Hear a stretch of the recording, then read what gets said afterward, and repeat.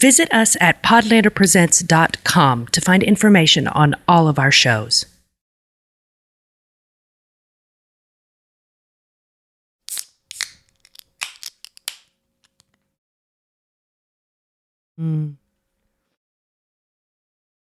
A return to form. We need these beers in these troubled times. Yeah.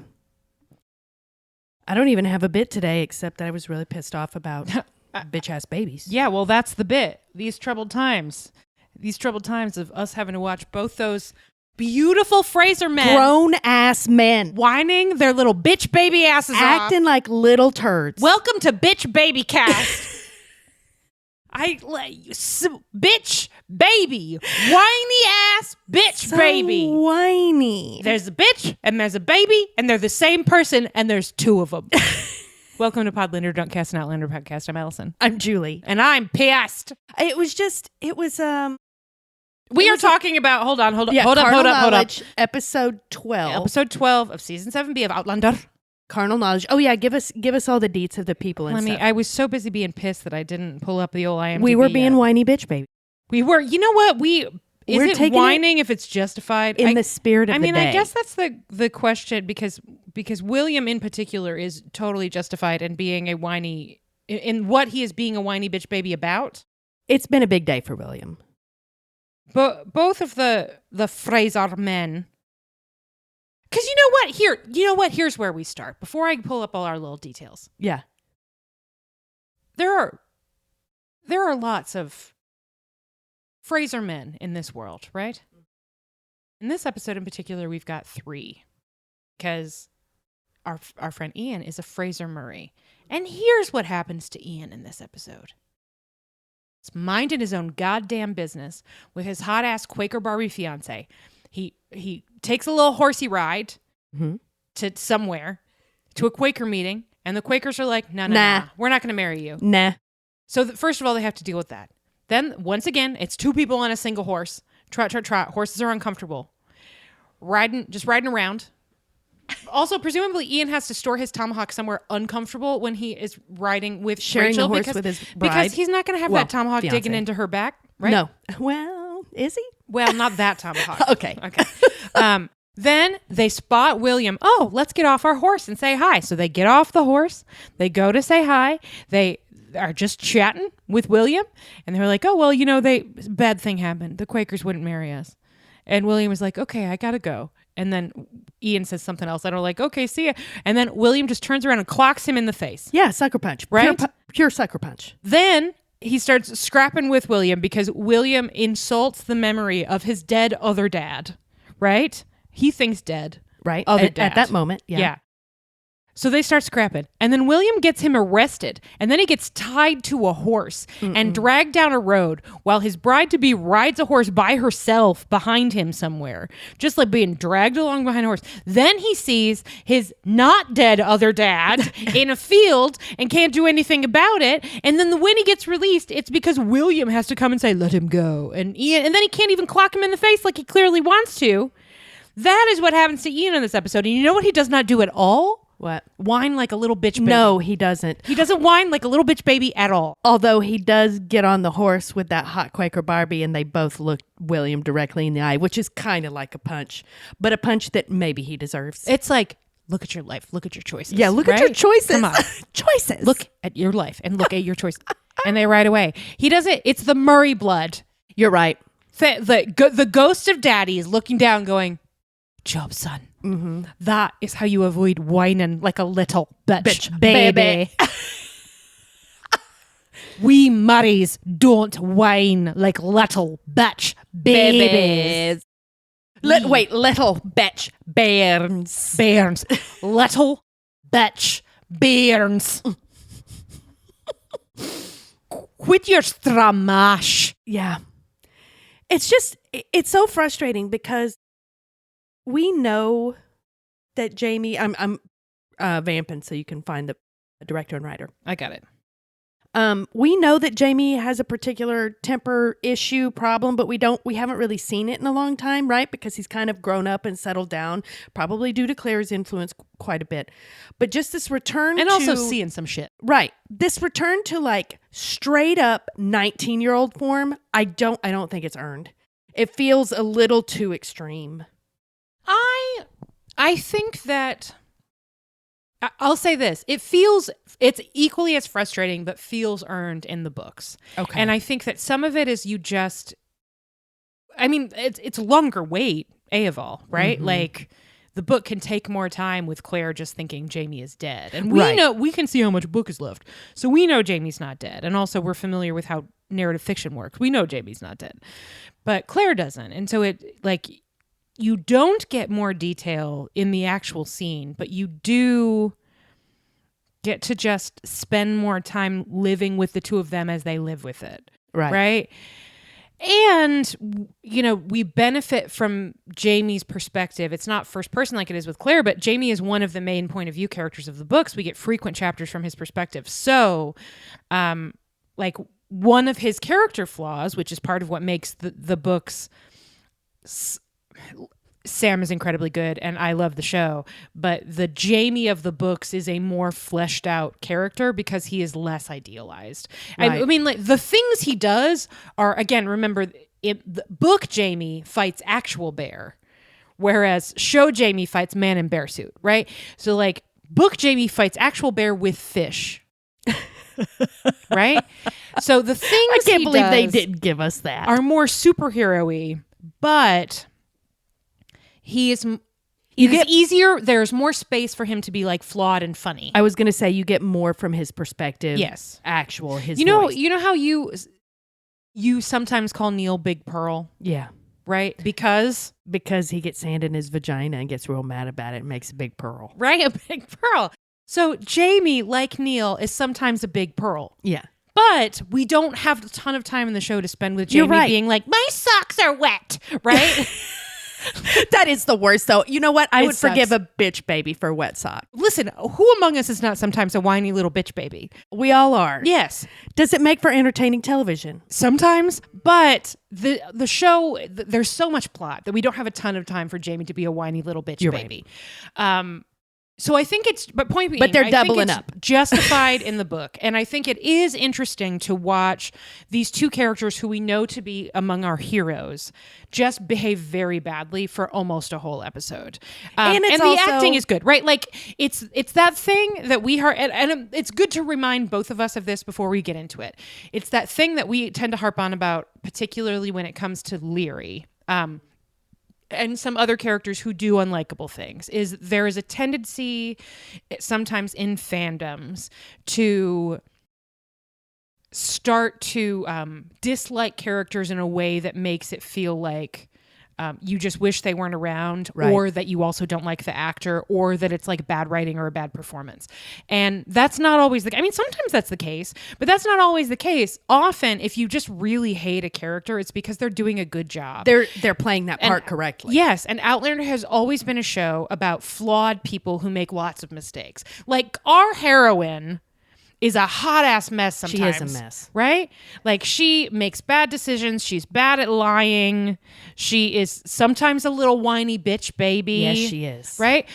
And that is part of why we love it. And this episode does a very good job at letting two of its more heroic figures be like really unlikable. They make their feelings. Bad choices. Really in their feelings. They are self-indulgent.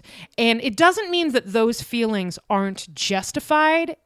And sometimes like big negative emotions prompt us to behave badly. Of course.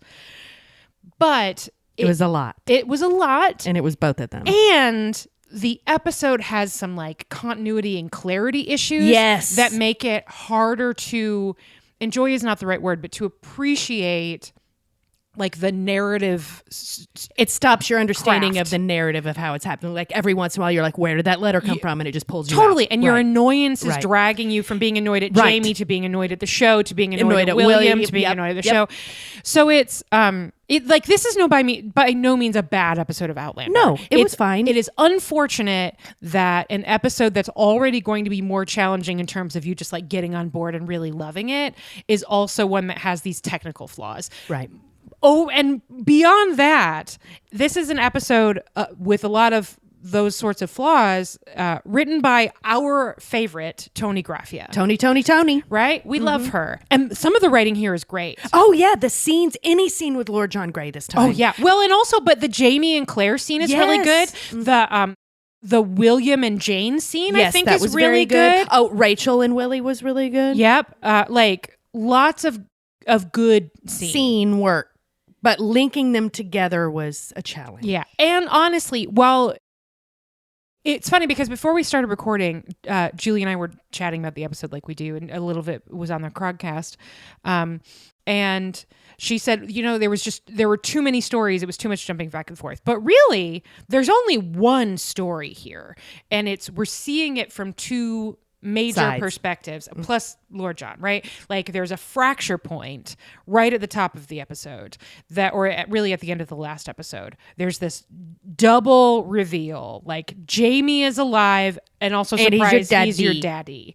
And then they splinter off first just into two groups. There's William on his like literally bitch baby stumbling quest through the streets being like, I'm a bastard, me, but it is something he can add to his death song. Yes. I am William Ransom, the bastard. I'm sorry, that sounds great. That's like a hype man coming out for you. Yeah, totally. So they fracture into two groups, and then one of those groups fractures again. Into two. So it's really just Jamie, Willie, Lord John. Mm-hmm. So it's not that, like, in terms of the narrative scope, it's pretty focused. It's just that it is cutting back and forth between them so very rapidly. It was, yeah. And it makes a lot of time for, like, clarifying things that probably shouldn't have been clarified to begin with. Like, they just needed a simpler way to communicate that Lord John was going to, like, they could have just not believed him. Right? They could have just not believed him that he wasn't decommissioned. They honestly, to me, they solved that problem when one of the guys in the little band is like, I saw him on a porch in Philadelphia. Kissing Goody Proctor. Like, totally. I saw Goody Proctor with the devil like 2 weeks ago in the streets of Philadelphia. Like, that would have been it. That would have been fine. If you're going to do all that intrigue, then it needs to be more clear, but also just just simplify that piece of it. Right? Like, Jamie has something on his person that he didn't want people to see, right? It was like pledges of financial support from the French or whatever it was. Cut the Lord John stuff. Find a different way. That's right. So we did, through the Crowdcast, figure out that the letter of recommissioning, calling Lord John Grey back up, was delivered to his house, and he had put it in his waistcoat. But then you're right, in the scene with the guys, it looked like they pulled it out of Jamie's jacket. Yeah, they make a big deal out of like a very kind of like parent trappy, like hijinksy moment when Jamie, first of all, gives Lord John one of the only good things Jamie does in this episode. Yeah, they're out in the streets of Philadelphia. Lord John is so cold, just out there, and Lord John is like just shivering. Lord John's a very bad day. Starts very good because Jamie is not dead, right? Yeah, Jamie's alive. And then it's all very steeply downhill. Starting with Jamie is like, I take you my prisoner. And he's like, yes, and they go out into the streets, and Lord John is immediately like, you couldn't let me get my coat. I am a gentleman, and I'm very glad you're not dead, so I'm not going to complain. But have you noticed that I'm going... So Jamie gives him his coat, right? Which is good because Jamie's wearing like 4 coats. Yeah, Jamie is wearing 4 coats. Mm-hmm. So they take off on their horsies and they go into the woods. And then Lord John is still wearing Jamie's coat. And one of the rebels, when they get spotted, pulls that letter out of his coat pocket. It looked like it was in Jamie's coat, but so there is it is just a truly baffling choice. It's really weird. Why didn't they just pull it out of his vest pocket? Like, they patted him down, felt it, and pull it out of his person. Because if he was the one that received it. Something. It was weird. So basically, unless John, Jamie at the end of brought it into the house. The story that the the show is telling us is at the end of the last episode, Lord John was going through the mail. Remember, we have to go to one of these dinners. Yes. This one. It's just one civilized. of the three. One of the three. Take a walk. My wife. But she did say this time. I know. It was so good. One of those letters was saying, hey, by the way, sorry, You're a buddy soldier boy, again. you're back in the red coats. You put on that And coat again. with that letter came a commission, which was the like big formal document. So Lord John is saying, yes, you saw me in my uniform, but you don't understand. That's just because I was using it conveniently to scare off the other people, because I had to protect Mercy Woodcock. But without his knowledge, he's carrying a letter that includes a commission reactivating him as a British soldier. Right. And that is ultimately what gets him in trouble. They're trying to figure out, are you a spy for the Americans? Are you a spy for the British? You are an officer and you are not in uniform. And that's what gets him into all this trouble. Mm-hmm. But how the fuck are we supposed to know that? Like, I barely remembered that, and I've read this book more than once. Like, why couldn't they just make it simpler? Somebody said put it in their boot. Bring it up. They could have been like, invitations. Oh, a letter from what's-his-face. To say that I'll have to read this later. To show that he had received it himself. Yeah, and then Jamie comes in and he's like, hold on, and he shoves it in his boot or whatever. Right. Or just have it be some of Jamie's paperwork, like something that Jamie he intercepted is carrying or that incriminates Lord John somehow. Right? One of those two things. Anyway, that is just endemic of the kind of feelings we have, generally speaking. It's the biggest worst one. But it's a little bit like it got confusing occasionally, especially to a non-book reader because of things like that, as it's went back and forth so rapidly. And it not bad, just like I didn't follow it very well. And so I was talking a lot to you. I was like, it was fine. It's not in my top 10 episodes of Outlander. I will say it. Yeah.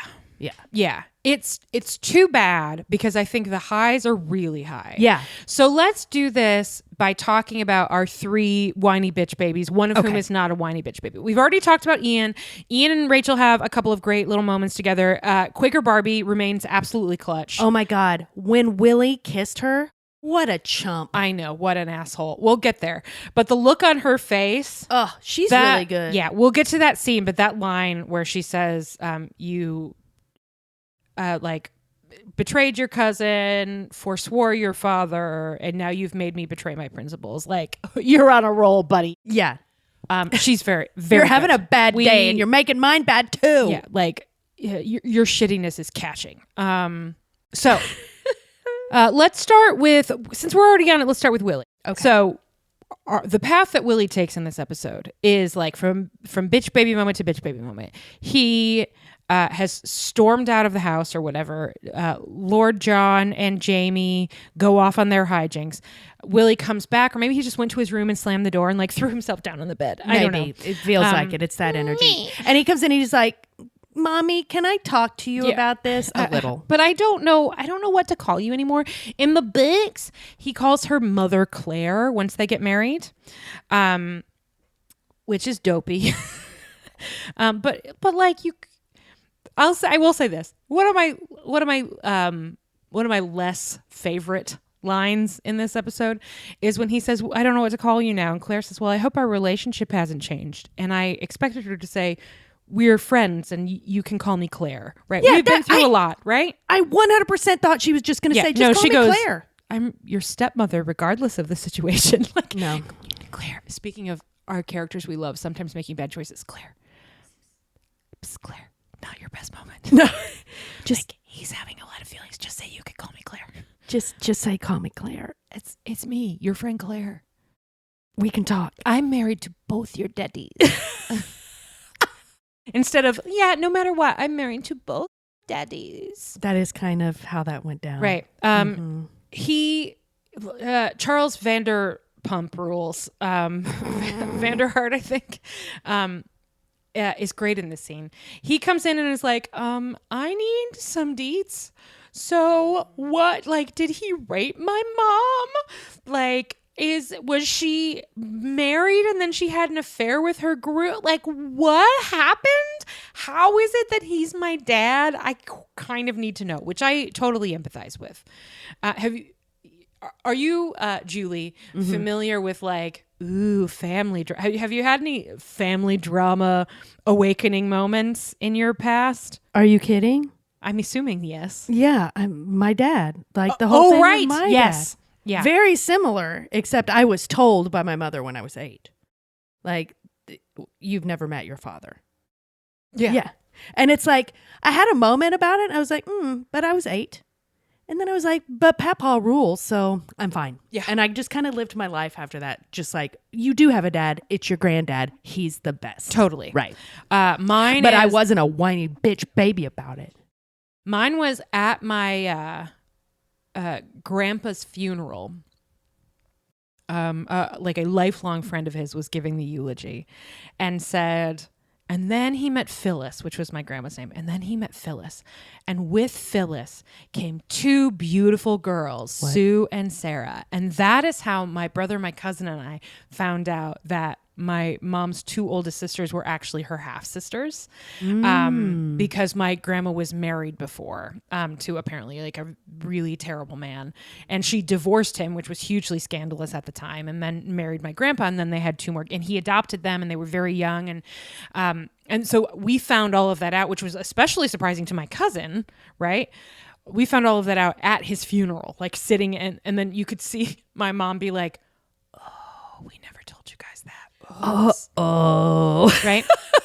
Then I found out that they also didn't know until they were much older. Because one of my aunts was throwing an anniversary party for my grandparents and kept like being real pushy about like, we need to decide on the seating arrangements, or we need to decide on what this decision for their, I don't know, let's say it was their 30th wedding anniversary. Right. And then one day she was like pushing about something that they needed to decide. And my grandma burst into tears and ran out of the room. And my mom chased her and was like, what's going on? And she went, it's not our 30th wedding anniversary, because they had just never told them. So they were fully adults when they found out. Oh my God. Yeah. So like those things can be very shocking, and they right? happen all the time. And I do not blame Willie for being shocked. And I actually think until the very end, he's fine. And also he's got Fraser blood. So is it really his fault that he felt compelled to destroy the entire fucking entryway? He really did, though. He went for it. My favorite of all of them, like, runner-up status to the like vase that he threw at the chandelier, which made the chandelier fall. Like, first of all, I hope the production designers had a great time figuring out what he was going to break. Second, like, props to whoever engineered that so that the thing would hit it and it would fall. Right? Very cool. But the prize winner is the very first table he kicks over. Oh yeah, he kicks it, and another vase that's sitting on it goes bloop straight up into the air, like yeah. Boom. I heard you say he got some height on it. Got some height on it. It was great. Least bottom of the list, punching the mirror into John rolling down. Like, come on, it's not quite the cut. I liked the cut, but him punching a mirror. But like, we get it. You are dealing with some self-hatred. Are you saying your image of yourself has shattered? Ooh. Okay, so there's a very good cut where he punches a stupid mirror, which is stupid, and it goes right into Jamie punching Lord John for like a second or 11th time. 50th. Who knows, right? Whatever. Next time we see Willie, he is wandering the streets of Philadelphia, muttering to himself, just going, bastard. I'm a bastard. Oh, they lied to me. I'm a bastard. And props to Charlie. I don't know why I said it 3 times for making that work, because man, if that was me, if I picked up the script and I was like, William mutters to himself, bastard, over and over again, I would have been like, really? Really? Just walk down the street doing this. Can I? Bastard. Or like change it, like take a real big swing and just every person you're like, hello, I'm a bastard. Nice to see you. I'm a bastard. Hi, bastard. Me? This guy? Bastard. Who has 2 thumbs and is a bastard? This guy. This bastard. Who's got 2 thumbs and his mom wasn't married to his dad? This bastard. And here's another unbelievable moment. As he is wandering down the street, muttering to himself like he's riding the fucking red line at 1:00 in the morning. Truth. Right? Like, it does not seem stable. Just a beautiful sex worker. Like, just like very hot sex worker. Goes out of her way to say something And to it's him like she would. I mean, he does have a rich face. He does have rich face and he is hot. And he's got that shiny hair. But he is talking to himself. Yeah, but he is talking to himself. So it's a little bit like... So she's like, "Oi, governor!" Maybe she was a little bit like, I can fix him. Maybe. Mm-hmm. But she's like, "Hey, you look hot and bothered." and rich. Why don't you come on in and I'll pour you a drink? And he's like, "Fine, bastard. Bastard. Sure, I'll bastard. Oh, look at this nice set of steps. Bastard. Here's my question about when he does get into a room, though. Why does he take his pants off? He's washing his dick. Oh, he's being a true gentleman. He is, as she says. She says, "Go ahead and wash up." And she's talking about his hand from where he punched a fucking mirror, right? And he goes, "Okay." Bloop. And he takes his wiener out. He's washing up. You know what? Good. Truly. Thank you, Willie. Think about. Well, he's wearing his poo-poo and pee-pee right next to his grundle all the time with that shirt. We learned that a long time ago. Totally. So it's just a UTI waiting to happen. Yeah. So he cleans up. Thank you for cleaning up, Willie. But also hilarious shot of your little butt cheeks as she turns around. That was funny. Yeah. She comes in the door and she's like, "Beep." And then he's so embarrassed and still muttering bastard to himself that she tries to pour him some wine and he turns around, and I don't think it's intentional, but he whips around with so many feelings that he knocks the wine decanter out of her hand and she immediately starts screaming. So then he makes his like 5th bad decision of the episode. Bad decision. And grabs her and puts his hand over her mouth, which, first of all, that's just assault. Mm-hmm. And you're terrifying her. Second, she's obviously going to bite you, dude. Which she does. Good. Way to go, Jane. Mm-hmm. And then she says, "Get out." And he leaves because he's dumb, but he's not that dumb. Right. So he takes off. Then presumably he wanders around muttering to himself more. The next time we see him, he's just like, he's got himself under control. He's helping with the evacuation. Jesus. Evacuation. Evacuation of loyalist subjects. This is when he's out on the road and they run into Ian and Rachel. Yeah, he's like, "Oh, great, Rachel. Oh, great, Ian." Yeah, that's so funny. When he sees Rachel coming, like he's almost his bad day gets better. Finally, something good is happening. And then Ian comes around the corner. He's like, "Damn it." Okay. Oh, fine. look, it's my secret cousin. I'm just getting a little fresh air. He doesn't even know yet. He doesn't even know how bad his day is about to get. He just thinks, "Oh, look, here's my hot crush, who I think might have the hots for this other guy, but I don't really know for sure." And then there's my secret cousin. Great. Who, like, yeah, he saved my life. Yeah, he did say, maybe multiple times. But also, he could have just told me. Yeah, I killed somebody for him, but okay. And you can see him be like, "Get it together, Willie. Get it together, Willie. I just gotta be friendly for just a little bit, for 2 minutes, and then continue on your merry way." Bad things happen. We couldn't get married, and that just sends him over the edge. And he's like, "Okay, gotta go." And Ian says something, and he whips around, and because sucker punches, as we will see, right in the family, he clocks him right in the face. Boom. And Rachel is furious. Understandably. Right? And that's when it all comes out. And here comes what I think is, my favorite moment of the episode is one of like 15 truly hilarious Lord John moments. Yes. It's all Lord John. But my favorite moment, non-Lord John category. Ian giving him the rundown of like, "You motherfucker." No, what is it? That's good, but it's when he says, "I'm the son of a traitor. Scottish traitor and a bastard." And Rachel goes, "Oh, that."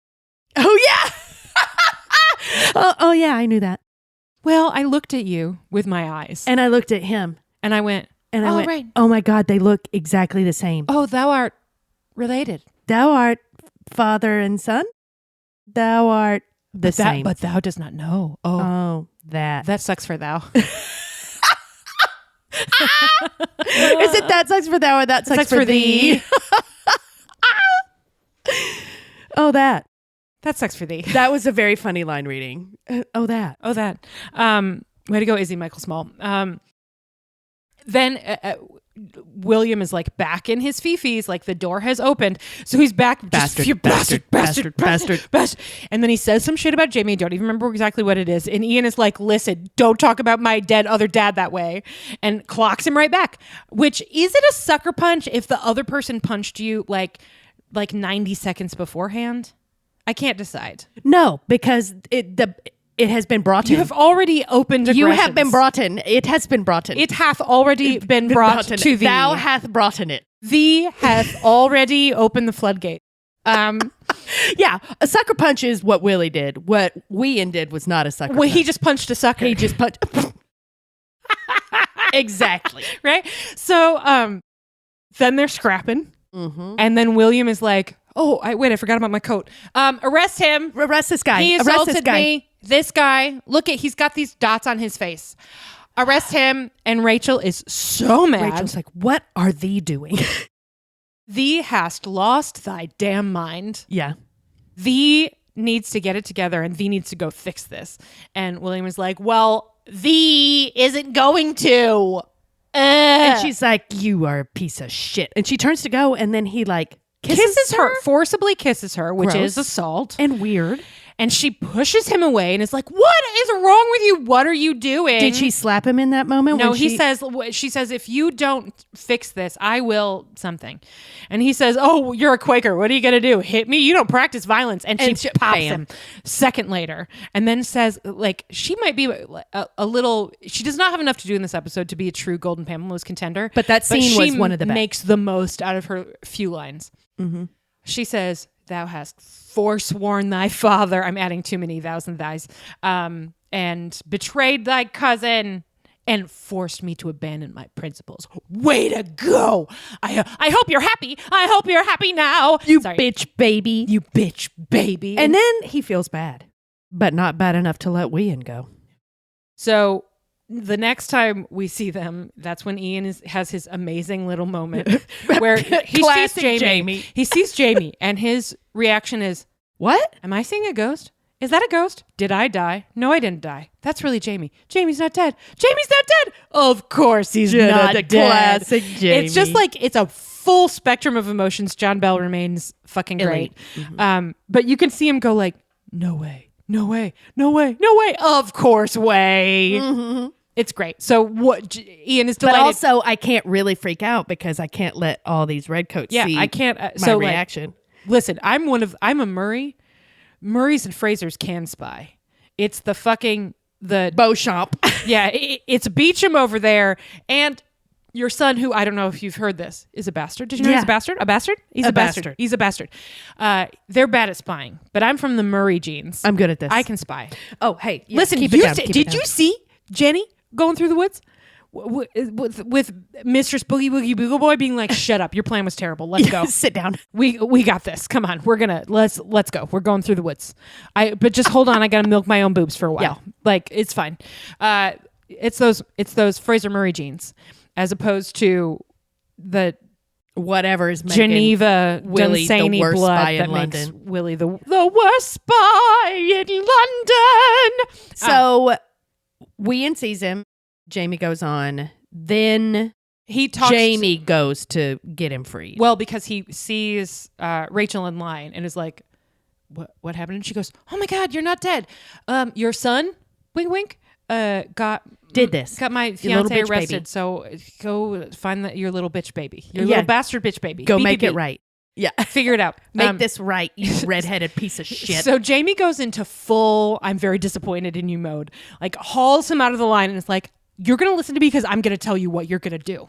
You are going to go tell them, oopsie, I made a mistake, and you're going to get your cousin free, or I'm going to go tell them why you were in a fight." Meaning, and this is, if anybody out there is like, "Yeah, but why was Willie so mad? Because now his daddy is a superhero."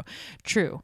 But if he is this is why the lie was crafted to begin with. If he's a bastard, all of the shit that should be his, the earldom and also Hellwater, right? Like the lordship shit, like everything that he's getting from all his of them, Pemberley. all his Pemberley-ishness, all of that shit goes away. And so does his position in society. And presumably he would also be in the House of Lords. And his commission, which was like to be an officer, you have to be titled and you have to purchase your gorget, which again, he is about to sell. All of this shit goes away. Not to mention his self-worth, which is dumb. It is dumb, and it's already at an all-time low. So this is a real threat. So it's bad. It would be very bad. So William is like, fine. Okay. I'm the bastard son of a bastard. How does a bastard orphan who isn't an orphan because his dad's not dead, to the middle of a forgotten rock in the Caribbean? That's a Hamilton reference. Okay, so Willie lets him go, but you can see he's not happy about it. You can see Ian is like, you're really lucky your redcoat friends are here because I would kick the shit out of you, and I've been in the woods with you. I know I would win. You can, look at this tomahawk. Don't test me. And now, if you'll excuse me, I'm gonna go get on this horse, girl, and then we're both gonna look at you at the same time, and that's the burn. Death eyes, just like the burn. You little bitch. It's like I never even escaped a murder house with you. What's wrong with you? What's wrong with you? So they go away, and William is like, okay, fine. So then he's out on the town with a bunch of other redcoat pieces of shit. Oh, super piece of shit. Captain Rape, whoever the fuck he is. Yeah. They go into the same whorehouse who we thought was Annabelle, but we find out is Jane, who we've mentioned her name. Another thing, we should mention that the title card is the apple not falling far from the tree. And there are a lot of ways in which the apple doesn't fall far from the tree. And William, I don't know if you're aware of this. Is the apple. Dose trees. Yeah. Dose trees. He's got the Lord John tree and the Jamie tree. And the apple doesn't fall far from either of them, although it is clearly falling more from the Fraser tree in this episode. In this episode, for sure. But there's a moment in this next sequence where it's the Lord John tree in question. So we get into the parlor of the kitty house. That's what I was going to say. Another instance of apples and trees and falling. They really like to, Frasers like to return to the scene of the crime. They do. So in this case, he's like, sure, let's go to the very specific whorehouse that I made a big fat scene in and broke some wine out of a decanter and stained a dress and got bit by a sex worker. Sure. I'll go back sure. Presumably this is the only one. Let's go there. I bet it's the best one based on its appointments. It's the most elite one in Philadelphia. That's my guess, is because it's very nice. The woman running it is older, middle-aged, like a madam who knows what she's doing. Yeah. Like Jane's bedroom is very nice. Like I think this is a high class kitty hoot. Totally. And obviously it is good for everybody that this is the one that they went to. But I should just mention that perhaps William could have been like, can we go somewhere else? I made a big mess there because I'm a whiny bitch baby. Yeah, no, he's never.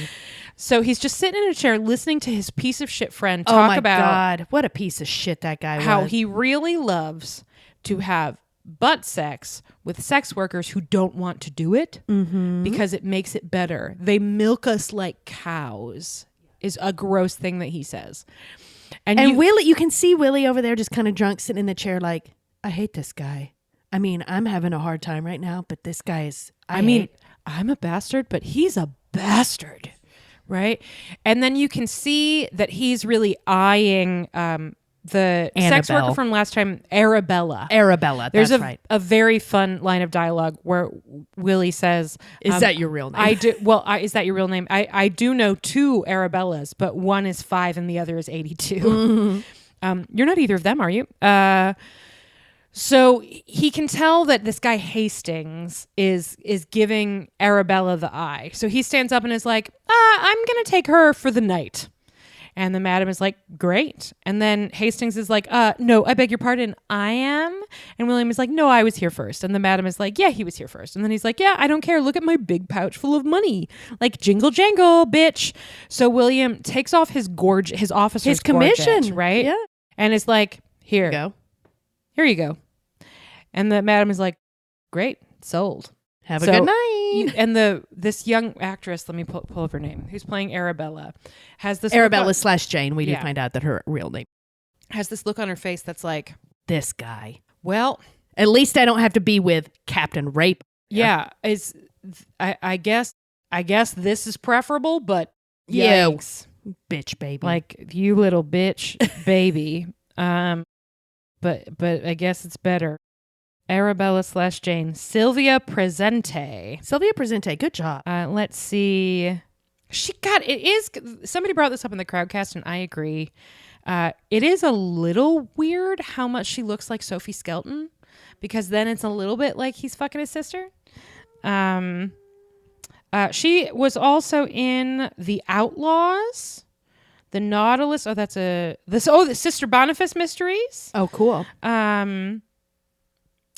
Nolly, the miniseries, the Russell Bonham T Davies Carter? miniseries with Helena Bonham Carter in it. Yep.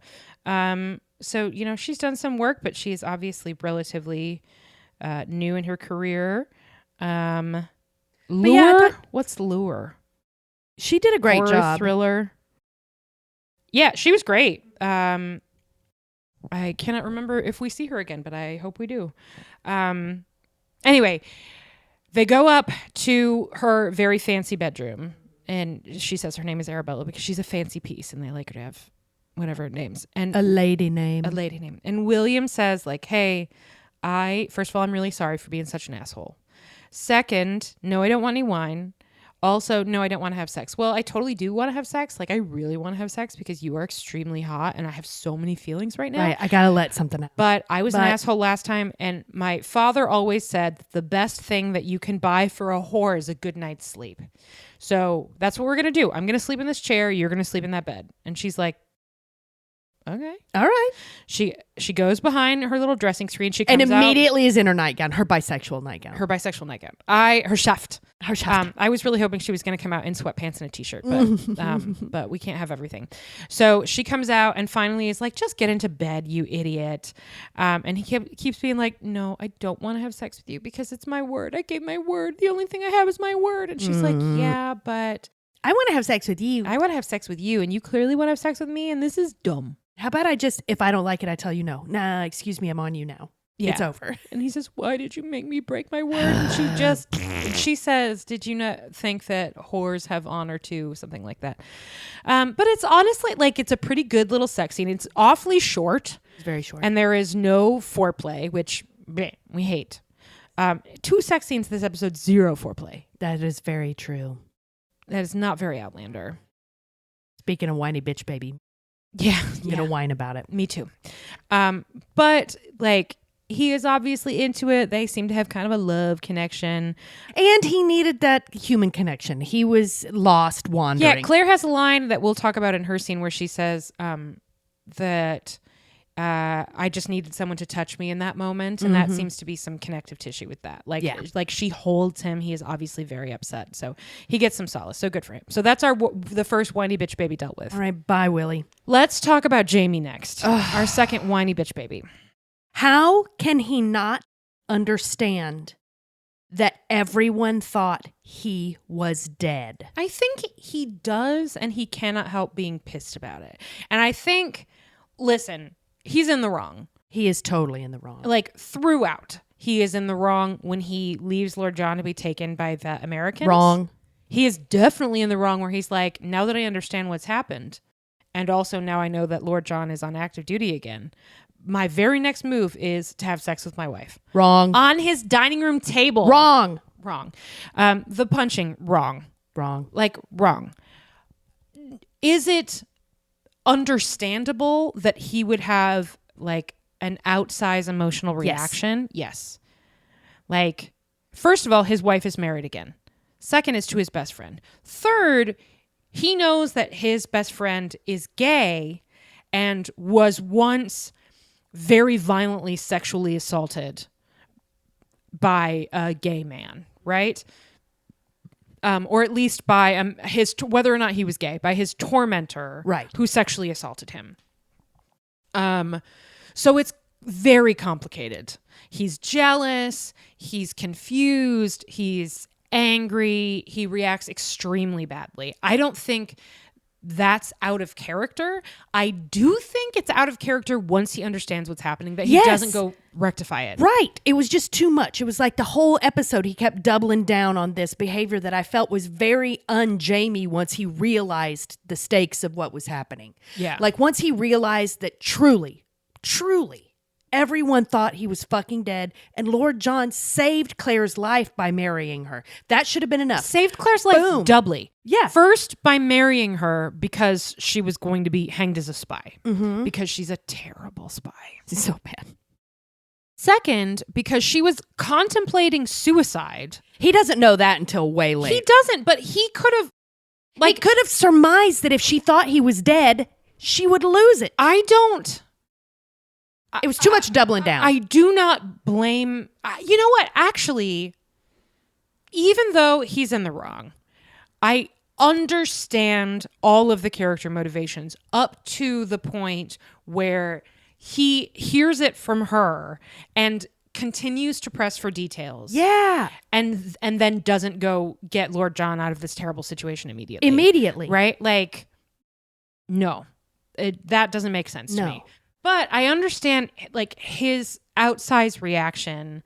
Like he's been worried about Claire. His adrenaline is racing. He's a spy. The thing with his son happens, right? Like there's this big blow up, and his son is so angry and rejects him like so hard. Yeah, and that had to really hurt. So like he is dealing with a lot. That is true. And also, Lord John could have handled it better, right? They're just standing in the woods, and he goes, "I have had carnal knowledge of your wife." And one of the truly great David Barry moments in this full episode. I know we're getting to him next, but damn, he's got so this many scene is both of them, right? So let's talk about great it. line delivery. I don't know what it is about Lord John Grey after he fucked Claire, but there is definitely less fucks to give, generally speaking. But especially once they're out in the woods, where he's like, "Okay, I've got to tell him this. Non-zero chance he actually murders me, but my order demands it." And also Claire will totally tell him. So I've got to tell him. And then he clocks me in the face. And it's just like his last fuck shrivels up and dies. Poof. He swears for the first and second time in his life, where the first thing he says is, the way that David Barry plays it, the line readings are incredible. He's so good. The line readings are great, but it's like it's the only thing he could say, but it's like it isn't quite natural. Because he's so honorable. He's such a little Coinface. Yeah. And instead, he goes, "We were both fucking you!" Right? That's the first one. And then the second one is when he says, "And I'm not bloody sorry. I'm not bloody sorry." It's great. So he's trying to explain like, no, I didn't have the hots for your wife. I didn't like sneak in and steal your girl. We both thought you were dead and we were destroyed. We were both like at the bottom of a chasm. And so we mourned together, and he could do a better job of explaining it. Claire does a better job of explaining it. But the second he says anything, like, first of all, Jamie is like, "Oh, okay. Why don't you tell me why?" Which danger. Yeah, watch out. When he gets real calm. Yeah. If you tell him something and he's like, about that, go ahead and tell me more. Don't. Beats the shit out of him. We get the first punch is a cut right to the credits, which is great. Like the no fade out is really great. And then the second is from the mirror. He beats the shit out of Lord John. We'll talk about this more in our little Lord John section, but the makeup is great. Yes. Oh, the swollen eye makeup is so good. Yep. Yeah. But then they get accosted in the woods. He punches him so hard that he Princess Brides all the way down the hill. Like, as you wish. All the way down the hill. And right into a band of rebels. And that's when they find the sneaky letter, and they take him off to their camp. And Jamie lets them in what I believe to be the most non-Jamie-like behavior that we've seen thus far. Yes. And maybe there's a universe where that was, because they also sort of threaten him, like, how do we know you're who you say you are? Well, A of all, you did just say they wanted to check your papers, and your papers were in order, so you have papers. You could have just showed up your papers. Second, everybody has heard of you. That's the whole thing with Jamie. Everyone has always heard of him. So, sorry, you don't whatever, know. Doesn't matter. Maybe that's the only way it could happen. But if you don't immediately come up with a scheme to get him back, who are you and what have you done with actual James Fraser? Yeah. No. Anyway. So then he's just like, well, they just took my best friend who fucked my wife away back to work. And he goes to deliver this commission from France, which I think is pledges of financial support. Something. Right? He goes to find Sexy Owl, right? And Sexy Owl is like, I hate this uniform. By the way, you want to come meet my boss? Yeah. What's his actual name? Colonel Richards? Not Richard. Daniel something. Daniel Sexy Owl. Sexy Owl. So Sexy Owl takes him to meet George Washington. Different actor. Also very good casting. Like looks like enough like a dollar bill to buy it. Yeah, he looks like if you stuck his face into some plaster, you'd come up with a statue. Yep. Right. Yes. He gets in some sweet digs at Congress, bloody shopkeepers or something like that. He also gets in some sweet digs at the American Theater of the time. Oh yeah, yeah. He because he's like, have I met you before, sir? And Jamie's like, yes. I'm never going to forgive Martha for that. He should have said, yes. It was at a play where then my wife had to perform surgery on someone. Remember? But instead, he's like, no, it was friend of Governor Thorpe and blah blah. And Washington is like, oh yes, my wife dragged me to that dreadful play. Fuck you, Martha. I'll never forgive you, Martha. But George Washington is like, I like your medal. You want to be a Brigadier General James Fraser. Fucking the sniper becomes the actual big boss, which I think is bad because it's like a target. But anyway, go on. Well, he is very good at war shit. He is very good at war shit, but let's let him be in the Sexy Owl costume where he can hide in the woods more. You know what I mean? Yeah. Well, so I mean, it didn't do him any good last season. I guess not. He still wound up just charging in. I guess so. So he gets his little promotion, and then he's like, great, time to go see my wife and slut shame her about something I don't understand. Yeah, let's go do. It's a great scene. But also, Jamie would not talk to her that way. He's so angry, and he gets an explanation, and visibly calms down, and then says, did he bugger you? And she is like, slap. Fuck you, and just leaves. Deservedly. Fuck you. She just leaves. You're gross. And he requires a lot of explanation, which again, I get, but like... Also, they've been married for 40-something years or whatever at this point. Yeah. Like 30 years. Come on. Liz in the Crowdcast did the math. He says, I must have taken you to bed 1,000 times. And she says 2,000 or 3,000 at the very least. And according to Liz, that means if you assume they've been together physically for 12 years, that they had sex 0.5 times a day, which I think... is probably pretty accurate given the number of times that one of them gets kidnapped or is recovering from a serious illness, although serious illnesses do often also involve sex magic. Yes, they do. So. Magical hand job. And lots of traveling, right? Like there's been lots of traveling with Ian. And presumably Ian did eventually just start to stuff his ears with leaves. So that he couldn't hear his aunt getting it? Yeah.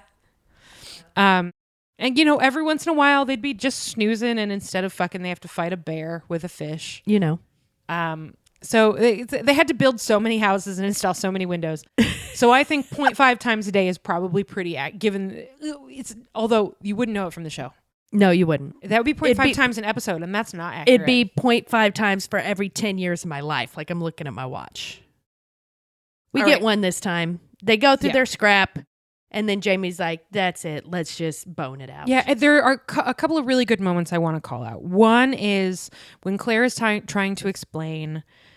She's talking about, like, I was sitting on the floor and he came in and he gave me something to hit. And I don't know what I was thinking. I don't think I was coherent. I was numb. And he came in and he made me feel it. And he saved me by putting his grief on mine.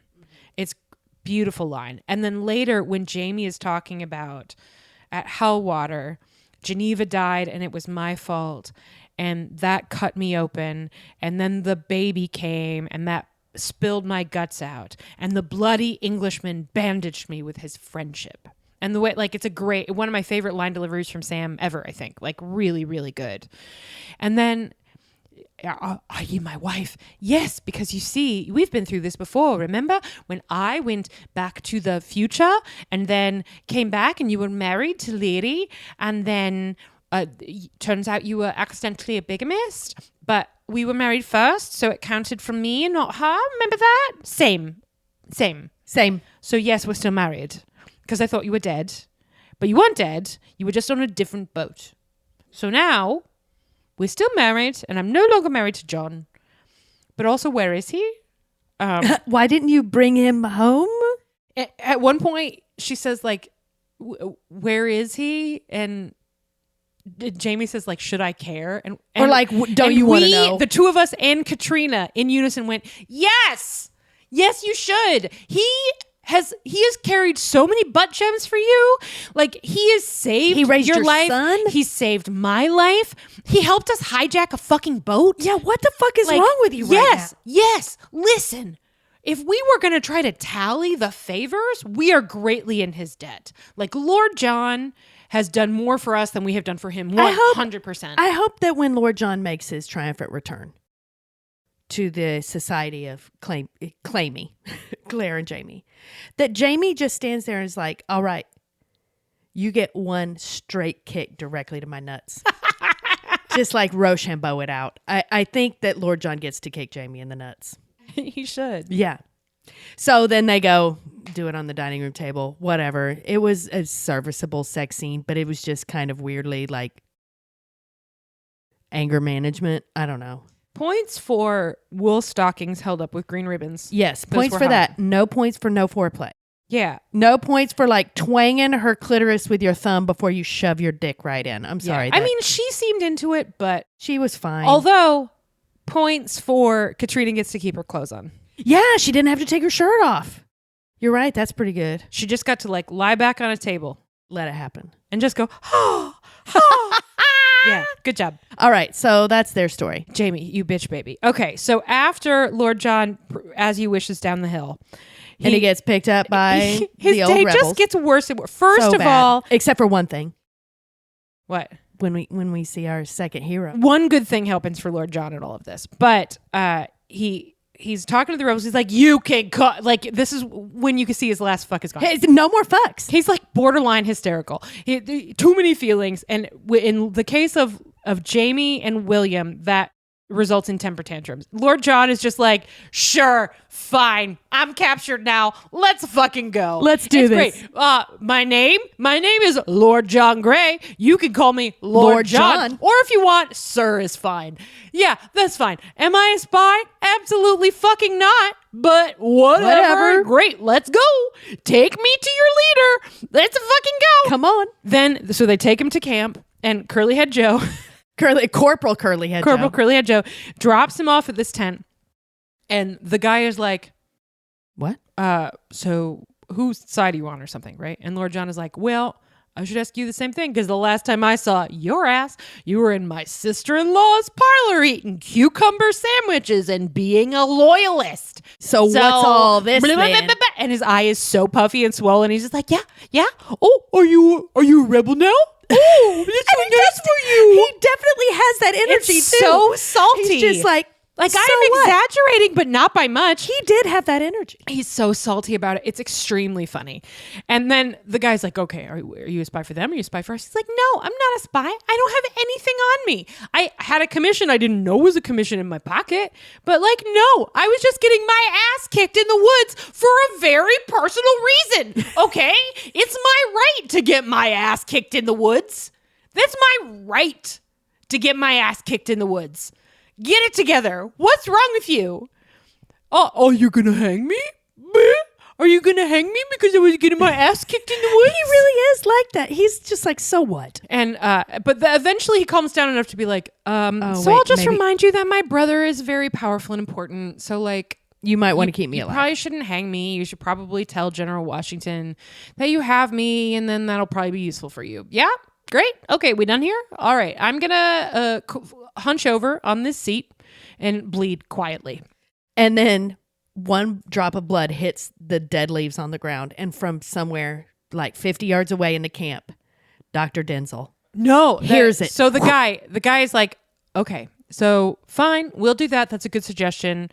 Oh, because they're also, what's it called? Powder? Powder? Powdrow? It was Powley. Remember Powley. And it turns out that there is a loyalist general whose last name is Gray. And at one point, are you related to General Gray? And Lord John goes, I don't know. He's a cousin or something. Maybe. I don't fucking know.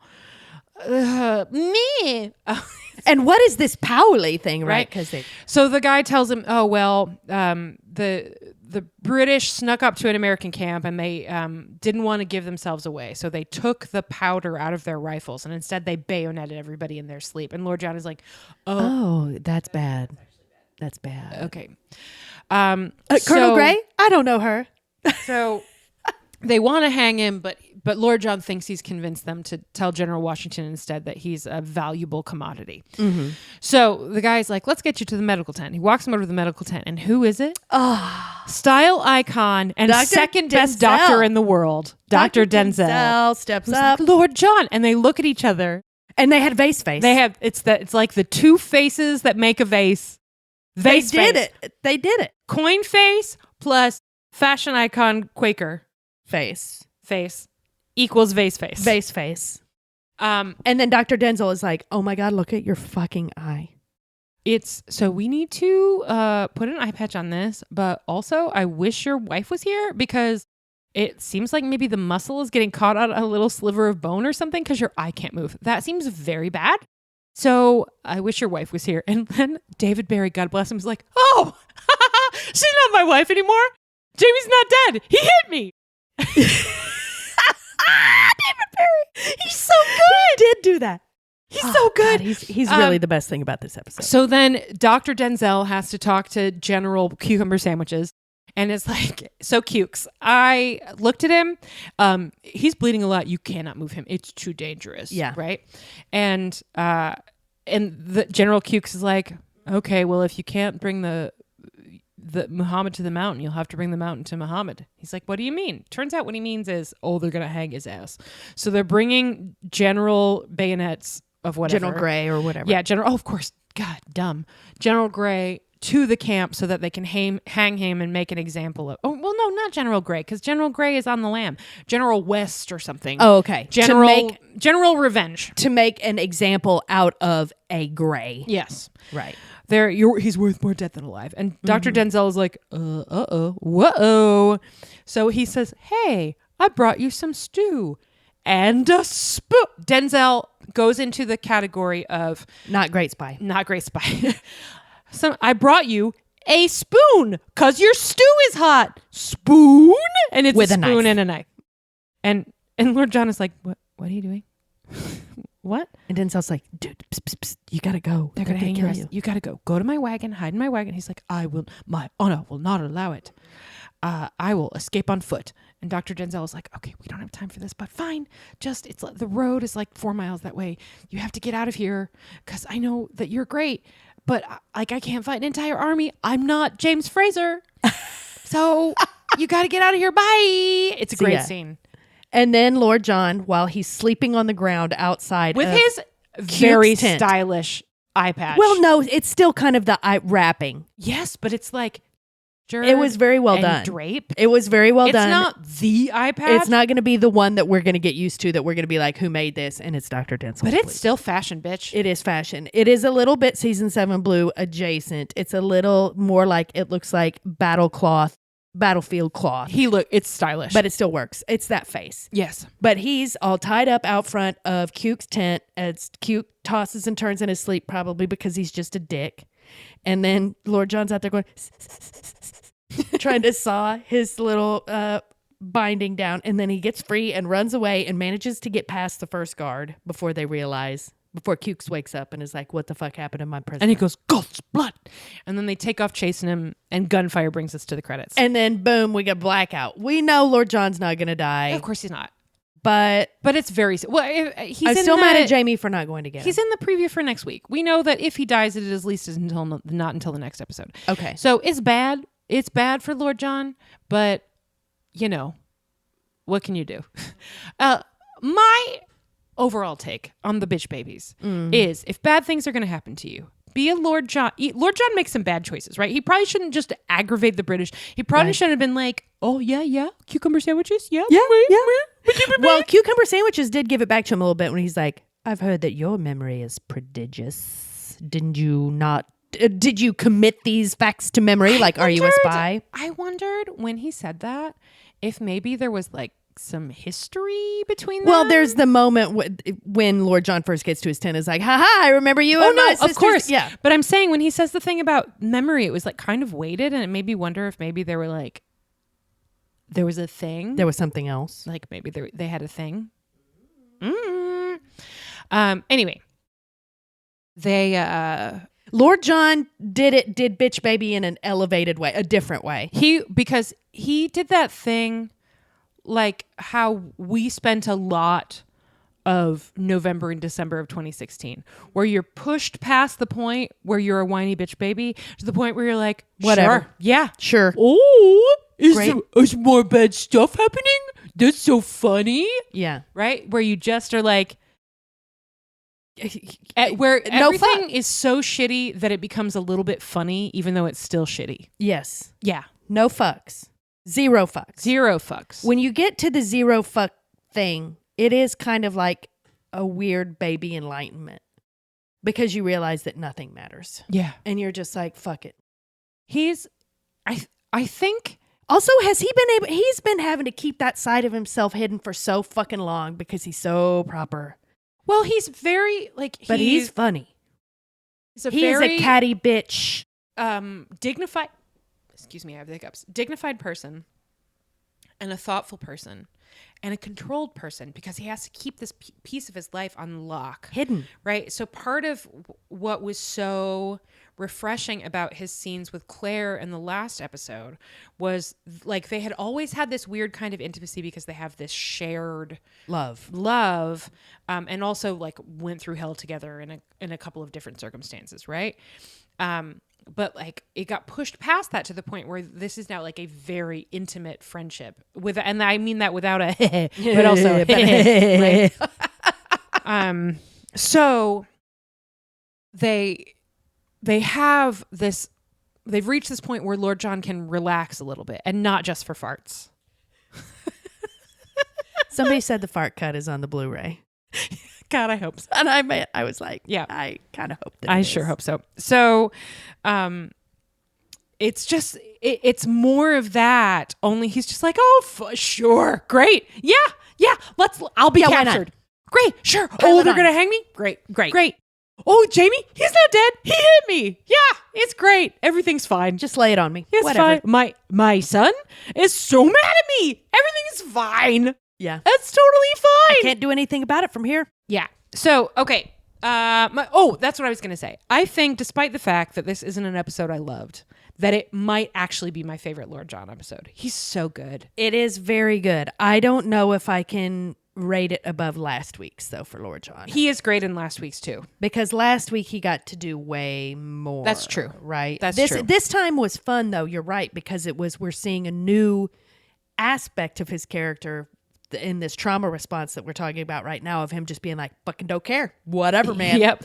Which is so, like, you would not expect that. It's so refreshing. It really is. And it's the fact that it is plopped in the middle of this episode of toxic masculine anger, behavior, sadness.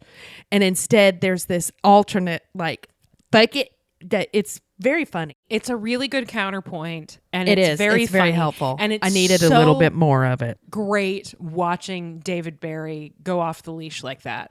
Like really, I The need funny that spin-off smiles immediately. The funny smiles, like when he was talking to Dr. Denzel, like when he's like, he's not dead, when he just smiles and he's like, meh. and it's like, and he's just, there's hysteria. So, yes, a little bit, but also true knowledge that he can't do anything. It's so great. It's who cares? he's very, very good in this episode. Golden he's Pamplemousse, so good maybe. in this episode that like I think he might be my golden pamplemousse of season 7B period. Like, I don't so know. far. I agree. Is anybody going to touch him? I don't know. We'll find out. Okay. Okay. So I mean season 7B. Mm-hmm. He Seven. wasn't really in 7A. Yeah. Okay. So costumes. Let's talk about costumes. Okay. I loved the second Jane dress. The like stomacher. Oh yeah, that with was the black and white black stripes. and then the stripes. Yeah. Mhm. It was It just was pretty cool really, looking. it was great. It was so cool. I didn't really pay attention to costumes so much this time, other than thinking about wee willy winkies, wee wee and woo woo underneath his grundle. on the shirts. Like I can't stop myself with that shit. I would point out Claire, when we see Claire, when Jamie comes to her, so like the next day or whatever, I guess the time passage is also confusing this episode. Later in the day, whatever it is. She's wearing a matching set, which we hadn't seen before. Like her bodice and her skirt were the same material, but she had that thin leather belt that she wears. That was really cute. And then her chemise or whatever was what the fuck is this called? This thing like plaid, the thing underneath. I just can't think of the term right now, but it was a contrasting pattern that I thought was really slick. Dr. Denzel, once again, always bringing it. Does he make that shit himself? I bet he does. That's how he learned how to sew. I've just got to say, there's something there, and he's really good at it. So those were the highlights for me. All right, sexiness. There was more boning in this episode. However, whatever. I'm just holding out hope for Ian and Rachel next week. That's what I want. Yeah, that's the boning that I've been waiting for. That's what I want to see. Yeah. Obviously, Claire and Jamie are always gonna be boning, but this one was not my particular favorite. And for the record, because I was still mad at it. If they wanted to fit in a Claire and Jamie sex scene in this episode, I guess I'm glad that they went with this like abrupt, short, like claiming, right? Because if they had just like settled in for a nice long fuck while Lord John was running through the woods, I would have been furious. Really mad. More furious. I'm still mad. And I think that's why I didn't like it. But even though it was brief, I did like the Willie and Jade sex scene. I thought that was good. Well, that one was a little more tender, right? Yes. Because obviously he has kind of white knighted for her to have a night off. And she decides, no, I'll still bone you. Yeah. Because you're very handsome. Very handsome. And then he just needs a lady to hug. Yeah. And put his wiener in. And that time he didn't clean his dick. She's got methods. She's got something going on. I mean, rough times. So then getting up to get a beer. Honestly, I didn't. I didn't either. And pacing wise, I'm not sure it would have really allowed it. But I'm not because sure. you would come back and be like, wait, what? I mean, we had to pause this episode more times than we usually do for me to be like, okay, what happened there? What happened there? And or also, Julie, do you understand what's happening right now? Mm-hmm. It was clarity is not usually. Listen, Outlander has other routine foibles, right? Clarity, not usually. Not usually. Usually they're pretty good about making sure that we're following what's going on, even when there's twisty time travel shit happening. Two things. It was the letter and then the Jamie not going back. Those were the things that were, and I think maybe a little bit about Willie's outsized reaction, but of course your explanation of no more Pemberley did help me. The gorge it too, right? Like if you don't know what the fuck it is he's got around his neck, I think that would confuse a lot of people. So yeah, clarity I think was a problem, and that made it hard to leave. Yeah, so not in a good way. Golden Pamplemousse. Yeah, I think. I mean, Willie did a really good job. Charles in this Vanderhart was very good. He's stepping up. And Sam Heughan had a couple of good moments. Most especially. Well, okay. You wanna I think when he was talking about Lord John bandaging him with his friendship, right?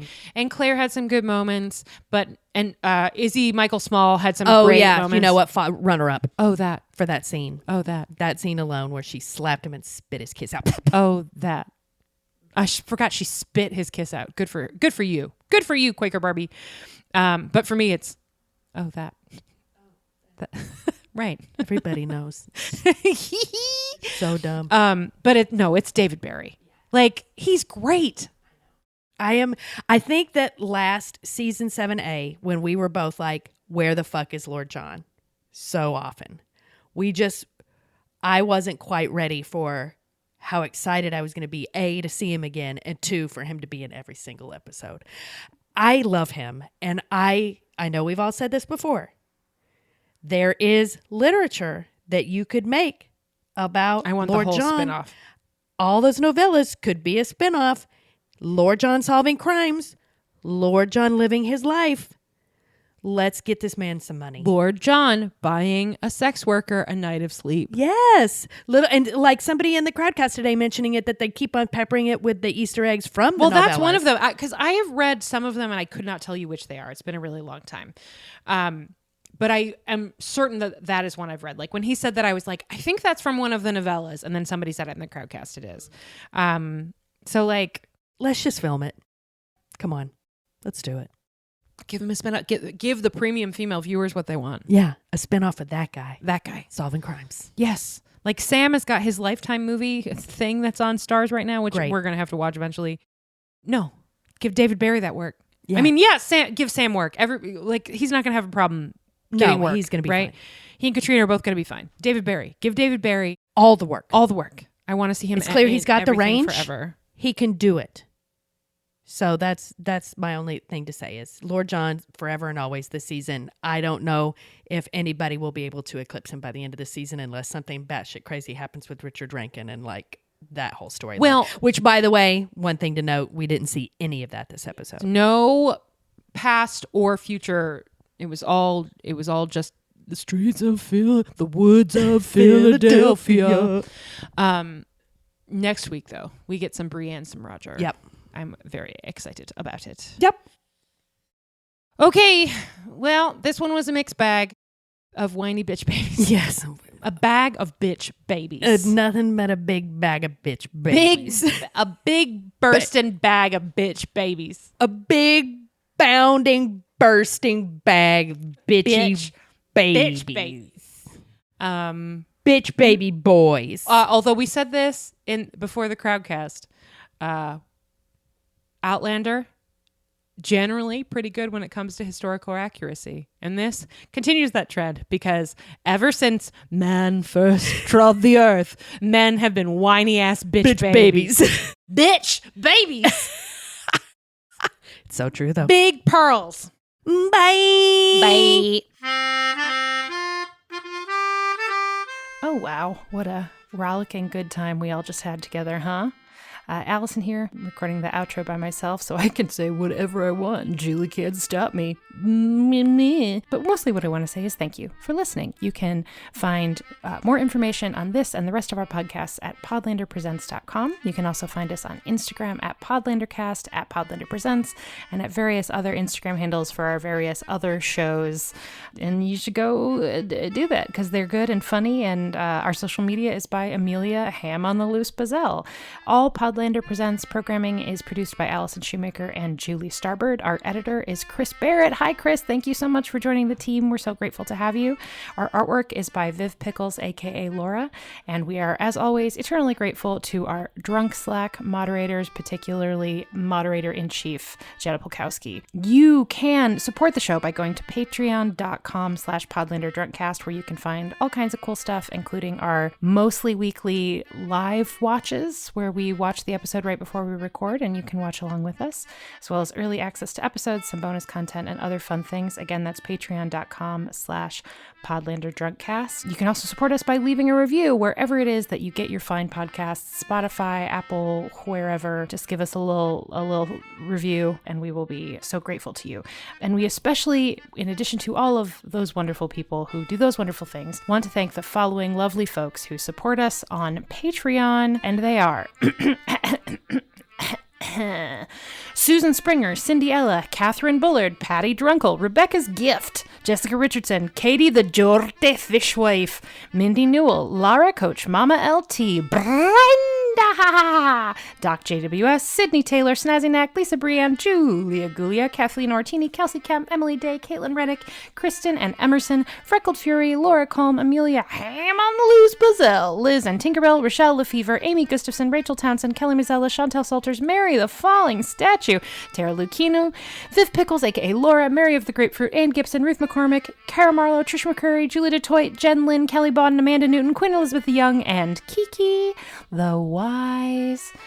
We are so grateful to all of you. Thank you for another wonderful year. We hope that you have very, very happy holidays.